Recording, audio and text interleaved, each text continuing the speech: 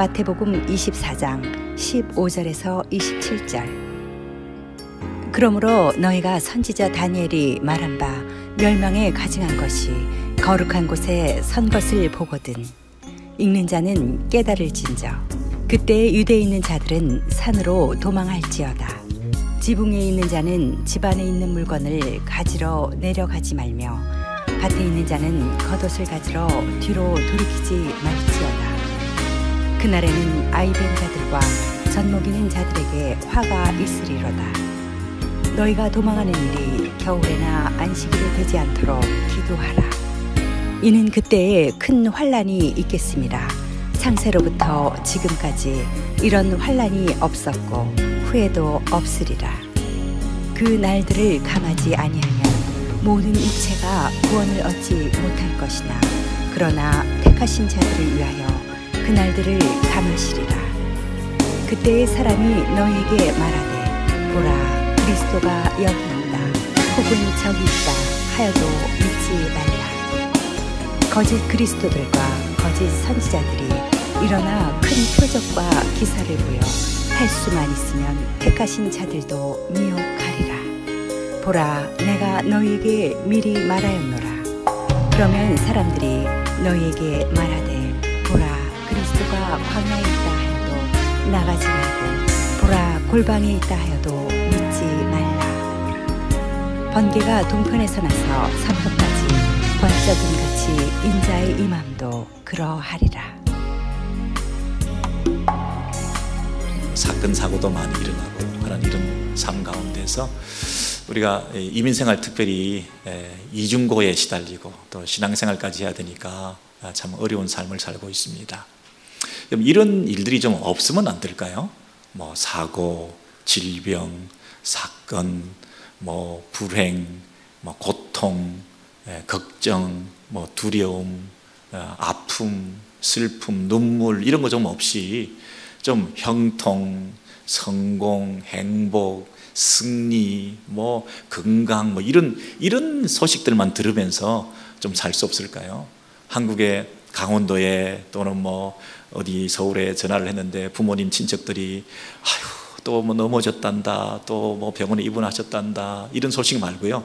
잘 나가고 있다, 뭐 항상 건강하다, 뭐 걱정하지 마라. 뭐 우리도 저 미국에서 소식을 전할 때 너무너무 좋아요. 막 너무 행복해요. 우리는 싸우지도 않아요. 우리는 늘 뭐 행복해요. 뭐 이러면서 그렇게 소식을 주고받으면 얼마나 좋겠습니까? 그런데 막상 이 땅에 살아가는 우리의 삶은 처처의 지진과 기근과 폭설과 뭐 가뭄과 뭐 그냥 홍수와 이런 자연 현상들이 어려움들이 많고 경제적으로 힘들고 강제적으로도 힘들고 건강에도 문제가 자꾸 생기고 이러면서 여러 가지 살아가는 게 참 어려운데요. 이런 어떤 문제들에 대해서 우리가 어떤 인식을 하고 또 어떤 관점에서 그것을 바라봐야 될지에 대해서 누군가 좀 잘 정리를 해서 말씀해 주신다면 우리가 좀 정리가 됐으면 좋겠어요. 이거 왜 이러나, 이거 왜 자꾸 이런 일이 일어나나, 뭐 재수가 없는 건가, 이 팔자속 아닌가, 뭐 내가 부주의해서 그런 건가, 정말 이거 더 안전장치는 없는가, 더 좀 확실하게 해주면 좋을 텐데 나라도 엉망이고 무슨 이 안전에 대한 불감증이 걸려가지고 뭐 고쳐지지도 않고 뭐 고친다 해놓고도 뭐 고쳐지지도 않고 사건은 계속 뭐 정권이 바뀌어도 재발되면서 뭐 이루고 있는 이런 삶을 살면서 이런 부분에 대해서 조금 더 이 윤곽을 우리가 좀 잡고 살면 좋겠는데 이 부분에 대해서 누가 감히 지금 일어나는 재난은 이런 것이다, 이런 미닝이 있다 이렇게 말해줄 사람이 세상에 누가 있겠어요? 아무도 없죠. 한 분이 계신다면 혹시 이 세상 역사의 주관자가 아니실까? 그분이 이 땅에서 오셔서 모든 일을 마치시고 다 이루었다 말씀하시고 난 다음에 하늘에 오르시고 그리고 그분은 다시 오실 건데 다시 오시기 전에 너희들의 마지막 세대는 이러이러한 일들이 일어날 거다 라고 말씀하신 분이 계신다면 그래서 그런 일이 일어났구나, 이 땅에서 일어나는 그 모든 일들이 하늘과 연결되어 있구나. 그분이 십자가에 죽으시고 부활하시고 승천하시고 하늘에 오르셨는데요, 다 이루었다라고 하늘에 오르셔서 하늘과 땅을 통일시키시면서 하나의 하늘과 땅의 역사를 하나의 역사로 이끌어 가시면서 이 땅에서 그분이 올라가시기 전에 이런 일이 있을 거다라고 말씀해 주시고 다시 오실 거다, 그리고 그 사이에 이런 일이 있을 거다, 이 정도로 역사를 주관하고 계시고 역사의 주인이신 이분이 말씀하시면서 너희들이 당하는 재난은 이런 의미가 있다라고 말씀하시면 우리가 좀 들어볼 만하지 않나요? 그분이 누구신가요? 감히 누가 이 말세에 대해서 이런 일이 일어날 거다는 둥 이런 말을 할 수 있겠어요? 아무나 그런 말을 하겠어요? 하나님 한 분이신 예수 그리스도가 이 땅에 오셔서 다시 올라가시기 전에 오늘 마태복음 24장에서 앞으로 일어나게 될 이런 일들에 대해서 이 세상에서 살아가는 동안에 있는 여러 가지 어려운 일들에 대해서 해석해 주시고 의미를 부여하시고 그것들을 당하게 되는 우리들에게 경고의 말씀을 주시고 위로의 말씀을 주셨다면 오늘 이 말씀이야말로 우리에게 꼭 필요한 말씀 아니겠나 싶은 거죠. 그래서 이 여러 가지 일어나는 일들에 대한 그 의미에 대해서 두 가지를 말씀해 주시는데 마태복음 24장 6절부터 8절의 내용을 보시면 꼭 기억해야 되는 것이 두 가지가 있거든요. 여러분께서 기억해야 될 걸 두 가지를 마음에 새기시기 바랍니다. 첫째는 난리와 난리 소문을 듣겠으나 너희는 삼가 두려워하지 말라. 이런 일이 있어야 하되 아직 끝은 아니니라. 이렇게 말씀하셨거든요. 그래서 이런 여러 가지 어려운 재난들이 일어나는 사건 사고들이 있어야 하되 그랬어요.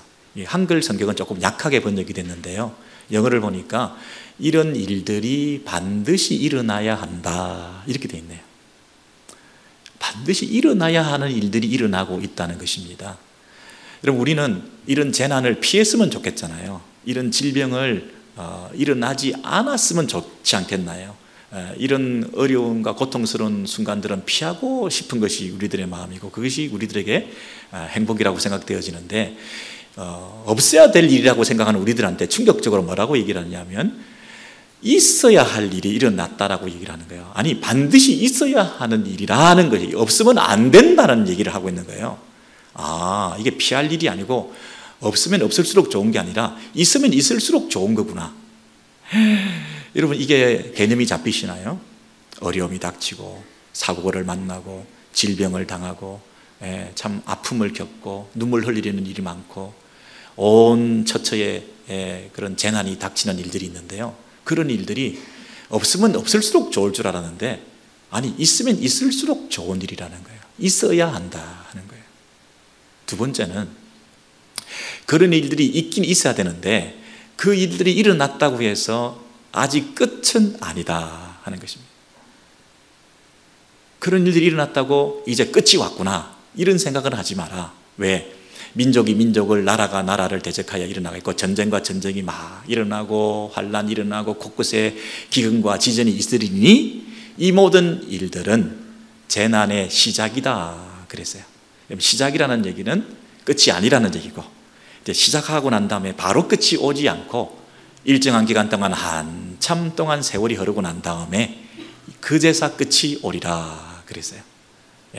이 두 가지 사실, 첫 번째는 반드시 일어나야 되는 일이 일어나야 한다라는 것과 그러나 그 일어난 일이 끝은 아니다, 한참을 있다가 끝이 있다, 이제 시작에 불과하다, 이것을 제일 잘 설명해 줄 수 있는 그림이 뭐냐면 임산부가 진통을 시작하는 것입니다. 그래서 예수님께서 어떤 단어를 썼냐면 이 모든 것은 재난의 시작이니라 할 때 이 재난을 오딘이라고 하는 헬라를 쓰셨어요. 오딘이라는 헬라는 진통을 시작하다, 고통이다 이런 뜻이거든요. 그런데 이 번역이 이제 그게 재난이니까, 고통이니까 그냥 우리가 재난이다 위에서부터 쭉 흘러내려오는 걸 보면서 그냥 뭐 전쟁, 기근, 지진 이런 것이 시작한다 해서 재난의 시작이라고 번역했는데 사실은 그것들이 주는 고통이 이제 시작되는 것이다. 그러나 끝은 아니다. 진통이 시작되고 나서 나중에 분만하게 되는 데까지는 여전히 시간이 걸리는 거잖아요. 그런 면에서 이 임산부가 당하는 고통만큼 이 해산할 때 당하는 이 굉장히 진통만큼 더 큰 고통이 세상에 없을 정도로 이 땅에서 가장 큰 고통 중에 고통은 고통의 시작이라. 그런데 그 고통은 여성들이 당하는 아기 낳을 때 생기는 그 고통, 그게 너무나 끔찍할 정도로 고통스럽잖아요. 뭐 저는 경험이 없습니다만은 혹시 아기를 낳아 보신 분들은 이 고통을 실감하시겠죠. 그런 고통이 없다 그러잖아요. 눈이 노래지고요, 허리가 두동강이 막 나는 것 같고요.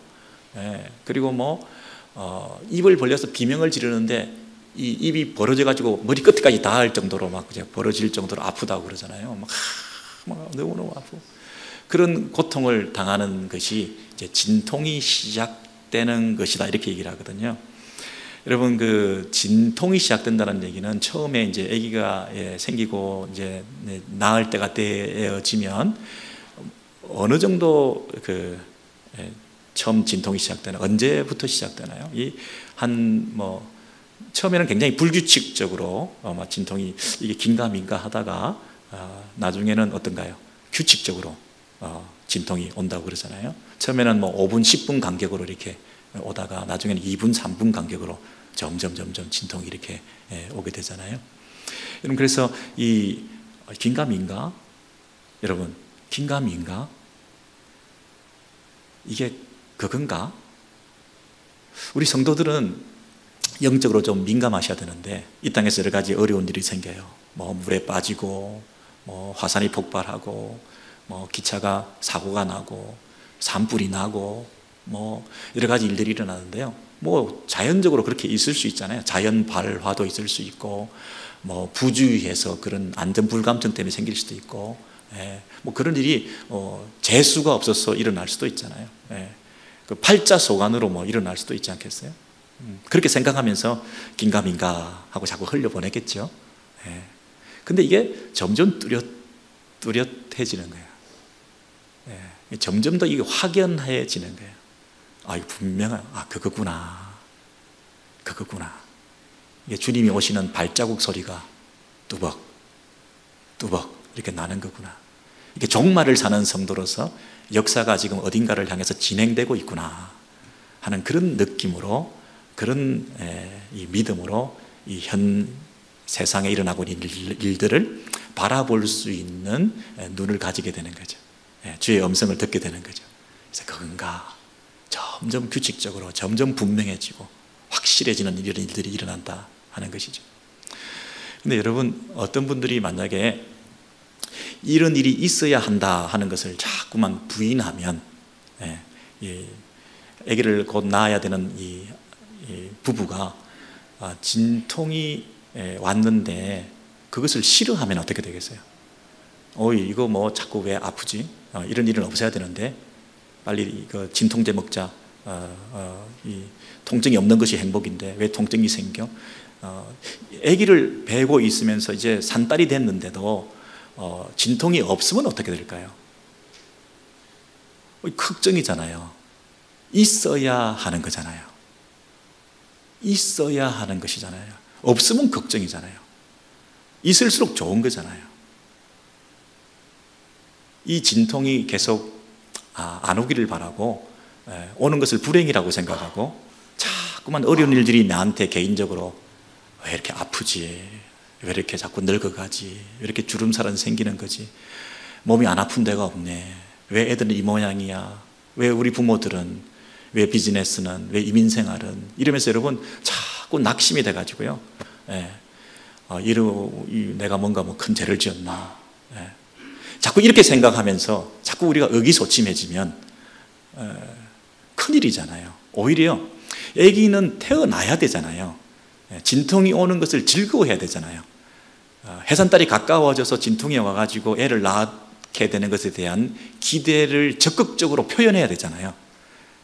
진통이 오는 것을 함께 동참하면서 그 진통에 대해서 달가워해야 되잖아요. 근데 우리는 자꾸 진통이 오면, 어려운 일이 생기면 달가워하지 않으면서 그것이 없는 것이 행복이다. 이거 없어야 되는데, 이런 일이 없어야 되는데, 무슨 장치가 잘못됐네, 더 노력을 해서 더 이렇게 방공호를 파가지고 무슨 지질이 나더라도 나는 살아남아야지, 이런 쪽으로 가시지 말고 오히려 이것을 달가워하시면서 이것이 주는 의미에 대해서 적극적인 마음을 가지고 그것에 대해서 마음속에서 믿음을 표현해야 될 거 아니겠습니까? 아기가 곧 태어나게 되는 그 부모의 심정으로 우리가 이것들을 대할 수 있지 않으면 이 진통이 이상한 것이 되잖아요. 나한테 일어나지 말아야 될 일이 됐다고 자꾸 생각하잖아요. 여러분, 저와 여러분 사이에 여러 가지 지금 일어나고 있는 일들이 있잖아요. 근데 사람마다 다 다르잖아요. 우리 아기를 낳으신 여성들이 스토리가 다 똑같은가요? 다 달라요. 다 다른 스토리를 가지고 있어요. 아기 낳는 스토리에. 사람마다 이 진통과 고통과 어려움을 당하는 일들이 다 달라요. 다 다르다고요. 다 다른데 그 다른 과정이 이상한 일이다. 일어나지 말아야 될 일이 일어났다. 왜 나한테 이런 일이 일어났나? 왜 나에게만 이런 일을 주시나? 이렇게 생각하는 것은 더 이상한 일이에요. 당연히 일어나야 되는 일이 일어나고 있는 거죠. 여러분, 그제사 끝이 오리라. 아직은 시작에 불과하다. 여러분, 새 생명이 탄생하려면 이 진통을 통해서 그 산모의 몸에 어떤 변화가 나타나는가요? 자궁 수축이 일어나잖아요. contractions. 이 자꾸 수축이 일어나서 이 자궁 수축의 과정을 통해서 오랫동안 끌고 가다가 이 아기가 저절로 나올 수가 없기 때문에, 아기가 저절로 세상에 나올 수 있는 방법이 있어요? 어머니가 자궁 수축을 시킴을 통해서 애가 저절로 내몰림을 당해서 이 생명체가 내몰려 가지고 나오는 거거든요. 자기가 세상에 나오는 게 아니거든요. 여러분, 새 시대, 옛 시대는 가고 이 새 시대가 도래하려면 옛 시대가 스스로 해집고 나올 수가 있을까요? 창조주 하나님, 이 세상에 유일하신 생명의 근원이신 어머니의 모태를 가지고 계시는 이 창조주 하나님께서 자궁 수축을 통해서, 재난을 통해서, 어려움을 통해서 점점 뚜렷해지는 그분의 이 일하심, 새 시대를 개막케 하시고 새 시대를 도래케 하시는 이 생명의 이 신비를 잉태케 하셔서 그것을 출산케 하시는, 우리에게 천국을 선물 주시고 영원한 나라를 바라보게 하시며 우리는 스스로 갈 수 없는 그 나라를 어느 날 그 나라에 들어갈 수 있도록 만들어주시는 그분의 이 수축 활동, 그분의 이 생산 활동, 그것이 지금도 계속되고 있는데 이게 이상한 일이라고요? 일어나지 말아야 될 일이라고요? 이게 불행이라고요? 그러나 끝은 아니니라. 어떤 사람들은요, 이것이 이제 시작되니까 너무 빨리 이게 끝인 줄 알고 그냥 조그만 재난이 있어도 금방 산에 뛰어올라가가지고 주님하고 더 가까워져야 된다는 둥, 이단들에게 빠져가지고 금방 재산 다 팔아가지고 금방 헌신하고 천국 갈 준비를 한다는 둥. 이게 진통이 조금 와도 애를 금방 낳을 것처럼 집에서 이제 진통이 오기 시작했는데 처음 왔는데 그냥 힘주기 시작하고 비명 지르고 과음 지르고 이러는 산모가 있을까요? 아니잖아요. 이제 진통이 오면 준비해야죠. 오히려 더 차분해지는 거죠. 이게 그거구나. 올 게 왔구나. 내 인생의 종말도 곧 있을 거거든요. 개인적인 종말도 있잖아요. 내 죽음도 곧 닥칠 거거든요. 그리고 세상의 종말도 곧 올 것이거든요. 이게 그거구나. 그동안은 몰랐죠. 젊고 건강하고 활발하고 액티브하게 막 살았죠. 그런데 둔감했죠. 그 느낌을 몰랐죠. 그게 진통인지 몰랐죠. 사인인지 몰랐죠. 그래서 막 살았죠. 근데 이제 어느 날 철이 들기 시작하면 이제 차분히 준비할 때가 됐구나. 병원에 가려면 이제 챙겨야 되잖아요. 옷도 챙기고 산모가 이제 병원 가기 위해서 진통이 시작되면 준비해야죠. 우리 신자들이 천국에 갈 준비를 하시도록 이제 사인을 주시고 진통을 주실 때에 그것이 여러분에게 건강에 어떤 문제가 적신호가 닥쳤을 때도 그럴 수가 있겠고요. 자녀들이나 부모들에게 어려움이 생겼을 수도 그럴 수 있을 것 같고요. 자연재해가 이렇게 막 닥쳤는데 우리는 잘 사는 곳에, 날씨 좋은 곳에, 행복한 곳에 잘 살고 있으니까 걱정이 없는 게 아니라요, 그곳에서부터 우리에게 주시는 그 어떤 메시지를, 소문을 듣게 되잖아요. 곳곳에서 소문이 들린다 그러잖아요. 그럼 우리가 그것만의 문제가 아니라 우리들의 문제가 되는 거죠. 그 사람들만 불행한 것이 아니고요, 어려움을 당한 게 아니고요, 우리도 이 땅에서 이 세상에 대한 미련을 떼고 정을 떼는 작업들을 시작하셔야죠. 아, 이 세상이 다가 아니구나. 여기서 영원히 살 것이 아니지. 정리하셔야죠. 짐 챙기시고요, 버릴 거 버리시고 과감하게 정리하셔야죠. 심플 라이프를 살기 위해서, 짐이 가벼운 여행자의 삶을 살기 위해서 우리는 멀리 여행 가야 되는데, 천국 가야 되는데, 뭐 덕지덕지 많이 짐 가지고 막 그냥 이것저것 들고 뭐 그냥 챙겨가지고 갈 수가 있나요? 정리하셔야죠. 여러분, 무슨 사건이 하나 생겼다, TV에서 어떤 사고가 났다, 그러면 여러분이 그동안에는 그냥 오늘의 뉴스 그냥 끝냈는데요, 그게 말세 주님의 이 음성으로 듣게 되면 여러분께서 조용히 아마 묵상을 시작하셔야 될지 모르겠어요. 리스트를 만드셔야 될지 모르겠어요. 정리해야 될 거. 그동안 혹시 돈을 안 갚은 분이 있으시면 돈을 갚기 시작하셔야 될지 모르겠어요. 돈 받으러 다니지는 말고 돈 갚으러는 다니셔야 돼요. 혹시 하나님 앞에서 여러분 뭐 떼먹은 11조가 있다든지 그러면 나중에 다 정산할 텐데 미리 좀 준비하시고 정리하시는 게 어떠실지 모르겠어요. 관계에 어려움이 있다고 한다면 여러분, 그분들 찾아가서 용서를 구하고 또 함께 손을 잡고 화해하고 이런 어떤 그 과정들을 하셔야 되지 않을까요? 차분히 앉아서, 이 끝은 아니지만 시작은 됐잖아요. 시작했는데 둔감한 채로 그냥 평상 삶을 그대로 일상적으로 살면, 똑같이 살면 안 되죠. 뭔가 준비하셔야죠. 준비하셔야죠. 적어도 책상 정리라도 하시고 내가 떠나고 난 다음에 깨끗하게 좀 보여야 될 거 아니겠어요? 그래야지 청소라도 한번 하셔서, 저기서 지진이 났다 그러면 내가 그라지 청소라도 한번 하시고, 뭔가 이 믿는 사람으로서 이 정신을 차려야 되는 그런 부분이 있거든요. 버릴 거 버리고 너무 많이 가지고 있으면 내어놓고 하는 이런 과정들을 통해서 여러분, 개인적인 종말과 세상의 이 종말들을 준비해 나가셔야 된다. 근데 어떤 분들은 너무 태평스럽게 준비를 안 하고 끝까지 견디는 분들이 계셔요. 아무런 마음의 어떤 그 부담 없이 평상의 삶을 계속 이렇게 살아가시는데요, 그런 사람을 가리켜서 이 사도 바울께서 데살로니가 후서에서 이런 말씀을 하셨어요. 5장 3절에 보니까 그들이 평안하다, 안전하다 할 그때에 임신한 여자에게 해산의 고통이 이름과 같이 멸망이 갑자기 그들에게 이르리니 결코 피하지 못할 것이다. 그렇게 얘기했어요.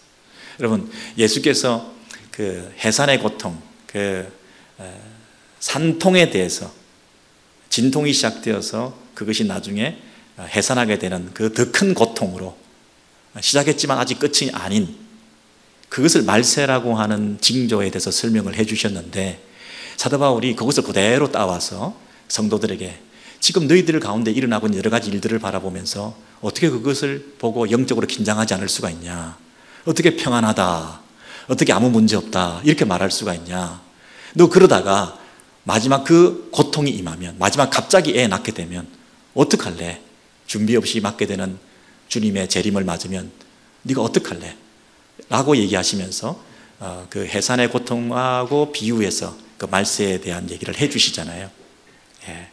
그래서 여러분, 이 말세를 살아가는 성도들이 이런 면에서 영적인 긴장감을 가지고 있고, 그리고 반드시 일어나야 될 일이 일어나고 있다고 하는 데 대해서 위로를 받으시고, 일어나지 말아야 될 일이 나한테 일어났다고에 대해서 비극적으로 힘들게 생각하지 마시고, 사람마다 다 모양이 다르게 그런 일들이 일어나고 있는데 왜 나에게만 이런 일이 일어났나라고 하나님을 원망하지 마시고, 오히려 하나님이 졸지도 않고 주무시지도 않고 나와 함께 하시면 이런 일이 일어나지 말아야 되는데 라고 하나님을 원망하지 마시고, 아니 오히려 하나님이 눈을 뜨고 계시고 우리와 함께 강력한 자궁수축 작용을 통해서 우리로 하여금 생산활동을 지금도 하고 계신다고 하는 사실을 깨달으셔야지, 나를 버려두시고 주무시는 게 아니라 나와 함께 하셔서 이 천국에 들어갈 수 있도록 우리로 하여금 진작하고 또 우리를 하여금 경성케 만들어서 이 세상을 향하여 계속해서 미련을 버리게 만드는 이 작업들을 계속 해 나가시고 있다고 하는 사실을 깨달으셔야죠.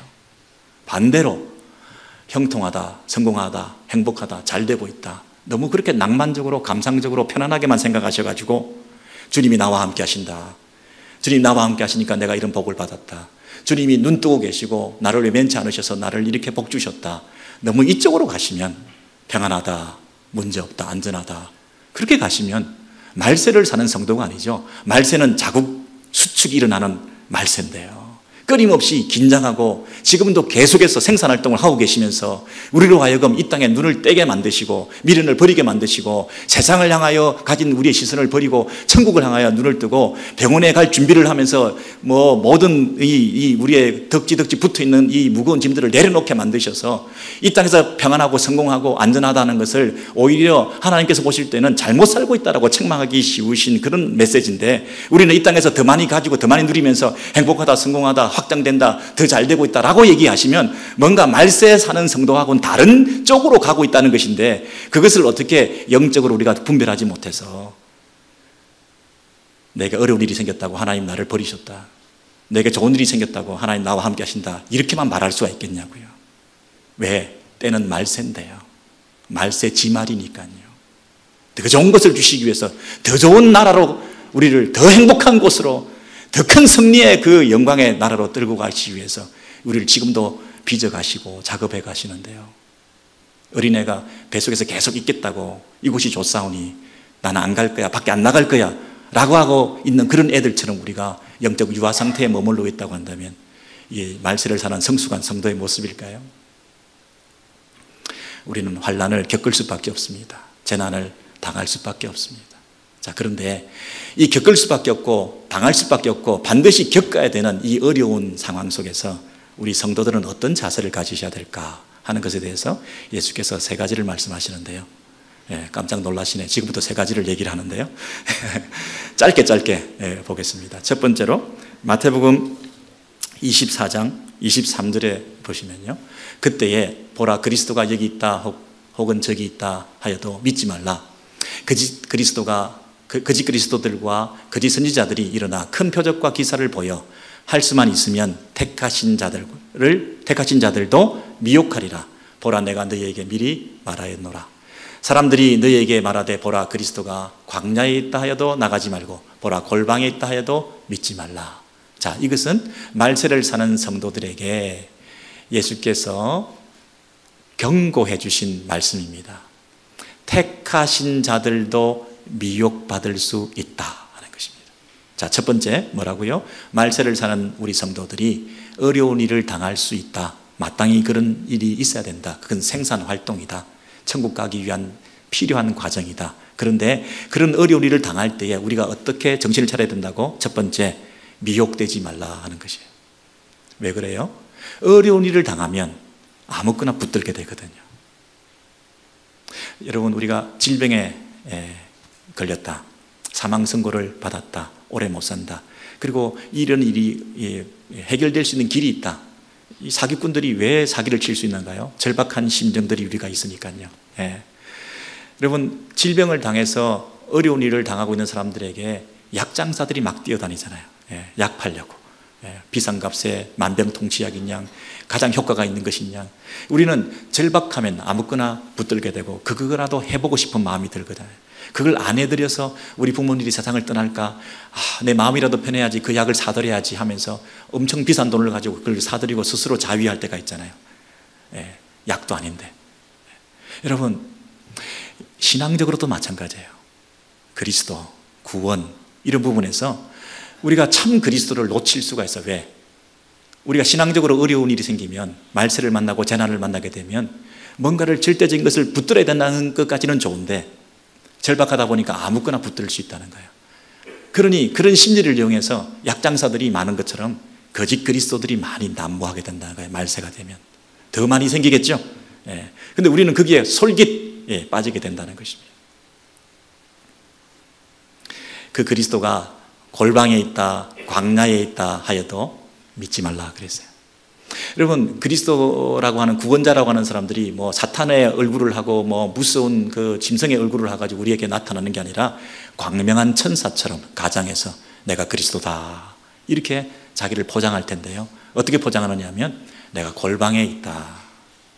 세상과의 문을 닫고 나 혼자만 깊은 곳에 신령하게 신비스럽게 독대하면서 그렇게 청빈하게 광야에서 세상과 담을 쌓고 나 혼자만 이렇게 세상의 모든 이 욕심을 끊어버리고 무소유 청빈하게 탐욕하지 않고 금욕하면서 그렇게 일상생활을 떠나서 내가 이렇게 고고한 이런 삶을 추구하면서 이렇게 그리스도다운 삶을 내가 살고 있다라고 하는 그런 이 삶을 보면 정말 그 사람들은 소유가 없고 욕심이 없는 이런 어떤 금욕적인 삶을 사는 사람들이다라고 할 만한 그런 그리스도라고 하는 사람들도 있다는 거예요.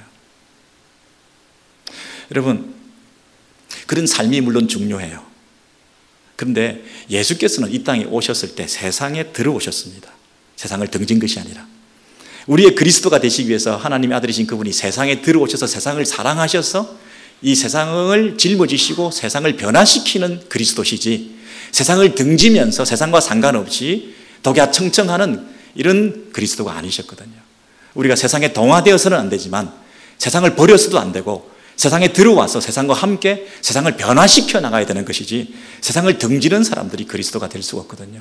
그리스도의 본질은 세상과 함께 하는 것입니다. 세상을 구원하기 위해서는 세상과 함께 해야 그리스도가 되는 것이죠. 근데 세상을 등지고 광야에 있다, 골방에 있다, 그것이 우리의 그리스도의 자격이 아닌데 우리는 그것을 놓치고 있습니다. 삶이 중요하다, 이렇게 말하는 사람이 있습니다. 여러분, 제가 단언컨대 말씀드리는데요, 삶이 중요합니다. 근데 말씀이 뭐가 중요하냐라고 말하고 믿음이 뭐가 중요하냐라고 말하는 사람들 중에 삶이 중요하다라는 말도 맞지만 그 삶이 참 삶이 되기 위해서는 고백에서부터 나오는 것이에요. 고백. 기독교는 고백의 종교입니다. 주는 그리스도시요 살아계신 하나님의 아들이십니다. 아멘. 이것을 진심으로 고백하는 자가, 예수는 믿지만 그 예수가 나의 주가 되십니다. 나의 주인이십니다.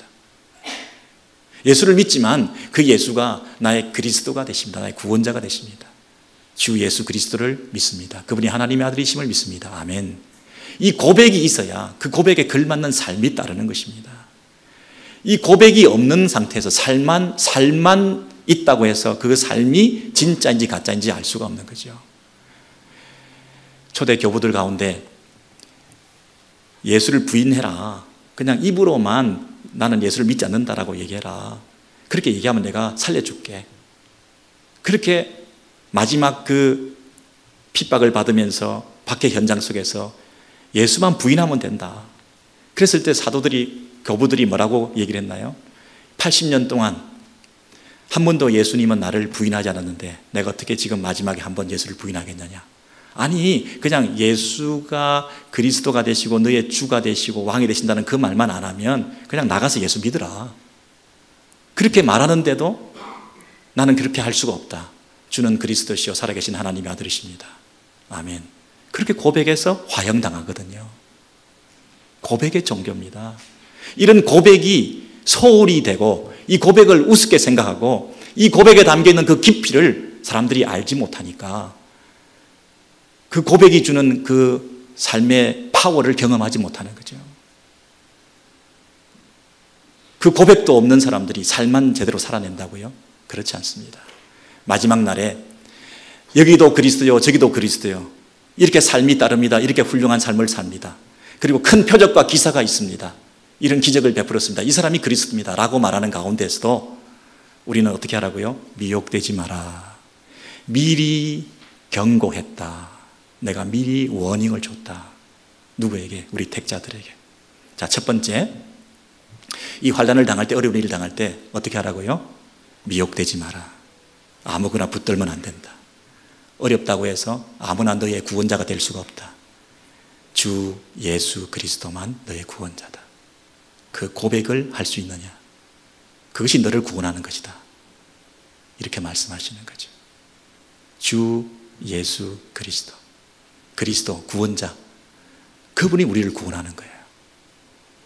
두 번째는 마태복음 24장 19절에서 20절의 내용을 보시면, 밭에 있는 자는 겉옷을 가지러 뒤로 돌이키지 말지어다. 그날에는 아이 뵌 자들과 젖먹이는 자들에게 화가 있으리로다. 너희가 도망하는 일이 겨울이나 안식일에 되지 않도록 기도하라.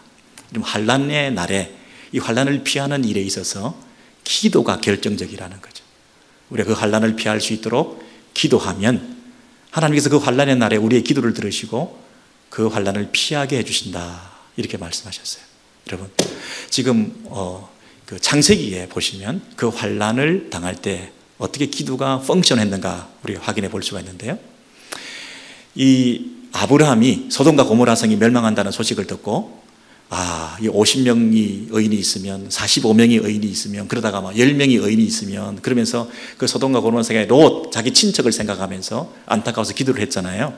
그런데 이 유황과 불을 소돔과 고모라에게 비같이 내리시면서 그 성들과 온 들과 성에 거주한 모든 백성이 땅에 난 것을 다 엎어 멸하셨더라. 하나님께서 이 성을 멸하시는데요, 그 멸하실 때에 하나님께서 그 거주하는 성을 엎으실 때에 뭘 기억하셨다고요? 하나님이 아브라함을 생각하사 remember, 기억하셨다는 거죠. 그 아브라함이 뭘 했길래요? 기도했던 거. 아브라함이 기도했던 것을 기억하셔서 어떻게 하셨어요? 롯을 엎으시는 중에서 내보내셨더라 그랬어요. 환난 중에 하나님께서 우리의 기도를 기억하시는 줄 믿습니다. 앞으로 환난이 닥칠 텐데요, 그 환난을 어떻게 미리 기도로 준비하면 하나님께서 그 환난 가운데서도 우리의 기도를 들으시고 그 환난을 명쾌하신다는 것입니다. 택하신 자가 할 수 있는 두 번째는 기도였습니다. 세 번째는 마지막으로 이 마태복음 24장 21절에서 22절에 보시면, 그러나 끝까지 견디는 자는 구원을 얻으리라. 여러분 같이 한번 읽으실래요? 잠도 쫓을 겸. 자, 시작.